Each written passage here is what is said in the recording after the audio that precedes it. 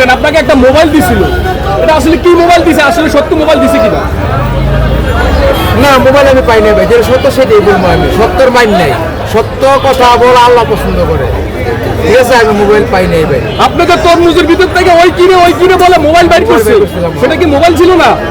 Mobile ছিল, mobile তারা নিয়ে গেছে, তার কথা। আরে আপনারা দেয় নাই, আপনারা বইলা কাছে মোবাইল দিবে, এই মোবাইল দেয় না। না, আমি নিজে চাইছিলাম তার কাছে মোবাইল, ভাই আমি গরিব মানুষ, আমার একটা টাচ মোবাইল দিয়ে সে বলতে চাচ্ছে দিন করার মোবাইল দেয় নাই, বিনিময়ে 10,000 টাকা দিচ্ছে, আমার মোবাইল দেয় নাই। পুরা বাংলাদেশের মানুষ জানে কিন্তু আপনাকে মোবাইল দিছে, আইফোন দিছে।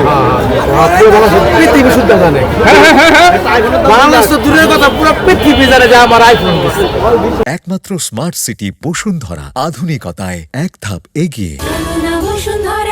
ভিডিও করতে চায়, ভালোবাসা এই জন্য বাসের ভিতরে বসে হ্যাঁ, এই যে মধু ভাই একটা ভিডিও সেলফি নেবেন, নেন, আপনার খুশি নেন।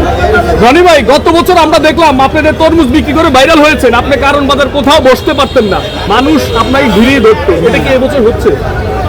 এবছর না হইলেও এখন তোর বছর শুরু হয়েছে না, ইচ্ছার বেশি হয়েছে।